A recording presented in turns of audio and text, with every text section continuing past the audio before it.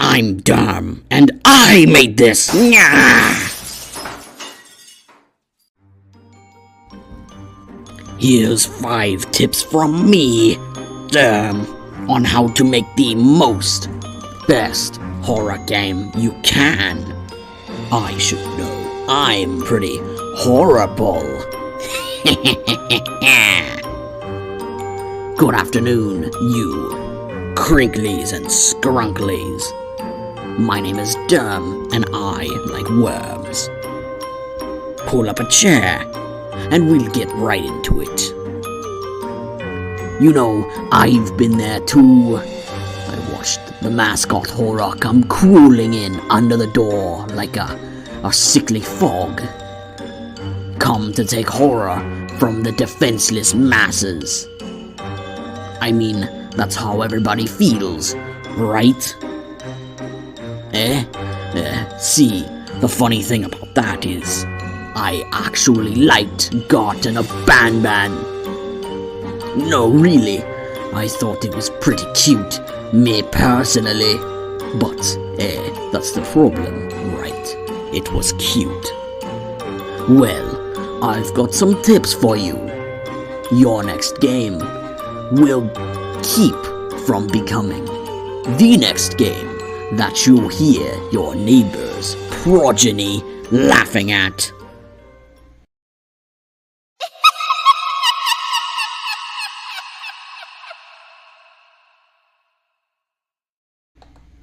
Number 1. Ambience.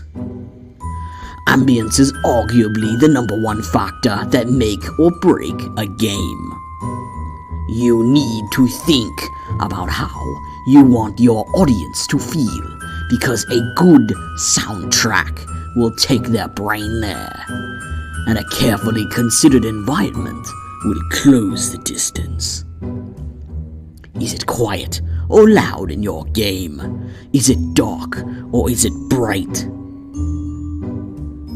Well, that will largely depend on number 2.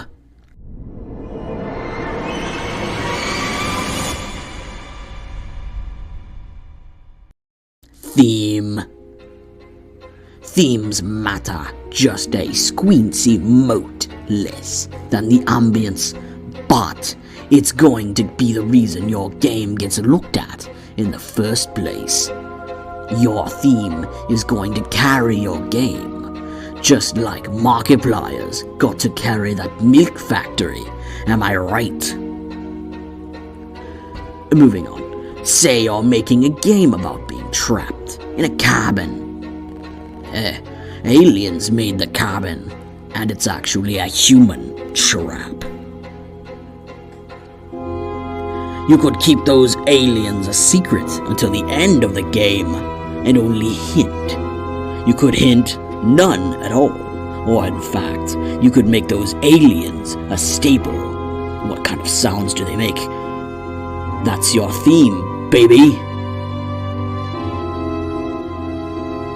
You could make your theme about the psychological ramifications of being trapped alone in a cabin, unable to escape, and save the aliens for the Big Bang at the end. You could make your game about the scary aliens, and market your game that way.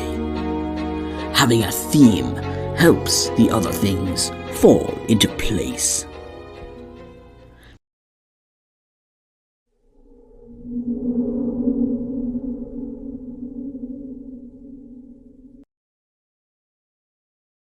Number 3, suspense.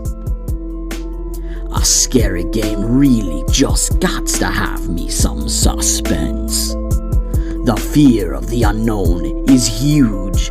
Like when I was playing Silent Hill 4, I was utterly annihilated. I mean, my world cracked open like an egg and gave birth to my worst fears. When you walk into a room in that game, your pants just automatically fill.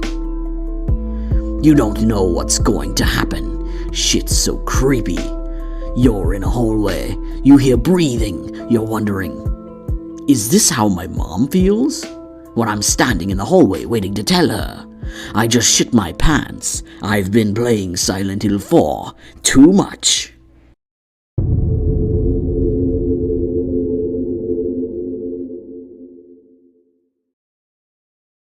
Number 4. Monster.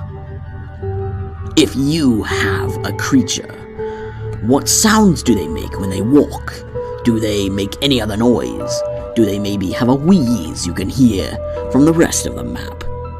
Make sure you're not overwhelming your audience with tons of monstrous noise.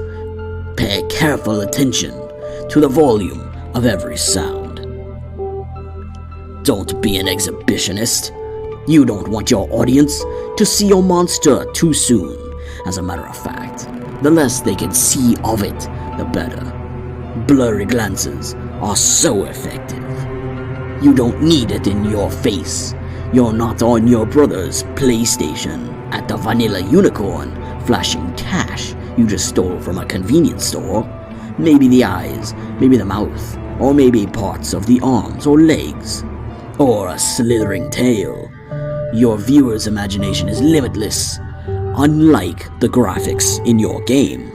Save on all the special effects. Hint at your monster. Don't show. Let the imagination work for you. And finally, we've come to Spooky Scary number 5. Play your own game. Your game is gonna be the next big thing, eh? So why rush? Show it to close friends and let them test for you, or test it yourself. What do you like? What's fun? What scares you? Playing your own game might feel a little silly at first, but I really cannot recommend enough that you try and beat it at least twice. You could think your magnum opus couldn't possibly get better until you get a great idea while you're there in the situation. Better yet, privately collect a small group of people that want to help test it for you.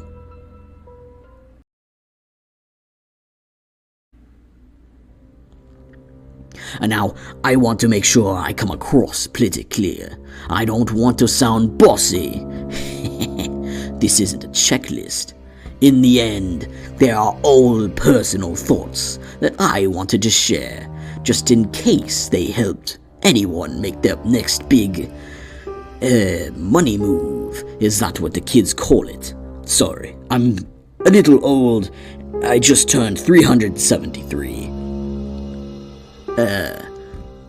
Busting a Bitcoin boogie. I'll give it a rest. That's all the worms I got, and not one more. Join me next time when I've got more worms in store.